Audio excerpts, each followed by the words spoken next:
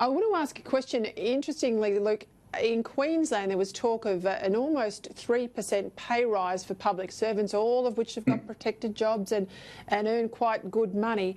Annastacia Palaszczuk sort of sniffed the breeze and she pulled back on that this week. She didn't cancel it, she just put it on hold, but they'll still obviously not have any job losses and they won't have any windbacks like most of the private sector has. Now, the Prime Minister was asked about this also today. He definitely got around it on Alan Jones this morning and sort of said, well, look, I don't want to have a fight about who's getting what. You know, we all need to move on and as Australians stand together.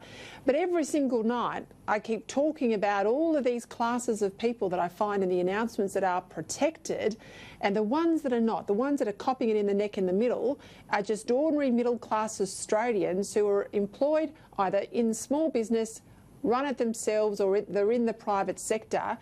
Yeah. Not much hope for them at the moment. No. It's a mistake to think everyone gets something, because not everyone gets something. That's just a fact.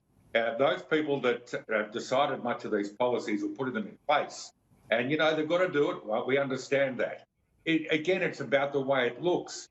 It mightn't in the whole scheme of things, Peter, you know the budget better than I. Someone getting an extra $10,000 a year, maybe 1,000 of them, when your debt might be $1 trillion, probably isn't a lot of money. But it's the way it looks. You know, you can't get up there and say, we're all in this together. You beauty, go Australia.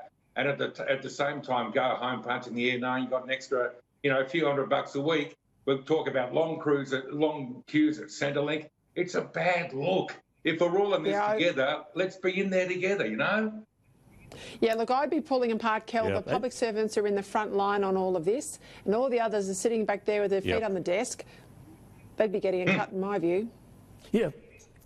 Exactly. Look, a pay freeze is not enough. I don't think a pay freeze will go down well with Morrison's quiet Australians. Why not? Let me float this idea. Simply a 10% across-the-board pay cut for every public servant, every MP, state, federal, across Australia. If everyone got the same 10% pay cut, how could anyone protest about that? And then we would feel they are pulling their weight, they're part of this, they're feeling some of the pain. Everyone who's on taxpayers' dollars, you know, our colleagues at the ABC, everyone on a 10% pay cut. Well, why can't something like that be decided? Let's start there. Yes. You'd be a great toe cutter, Kel Richards. I've got a list of names. Great work, I've got a list of names we can start with. All right, let's do that. Let's do that. Actually, we'll come back to that next week. Gentlemen, got to leave it there. Have a lovely weekend. See you, Peter. And see you to my wonderful See you, viewers. Peter. Thanks for your company.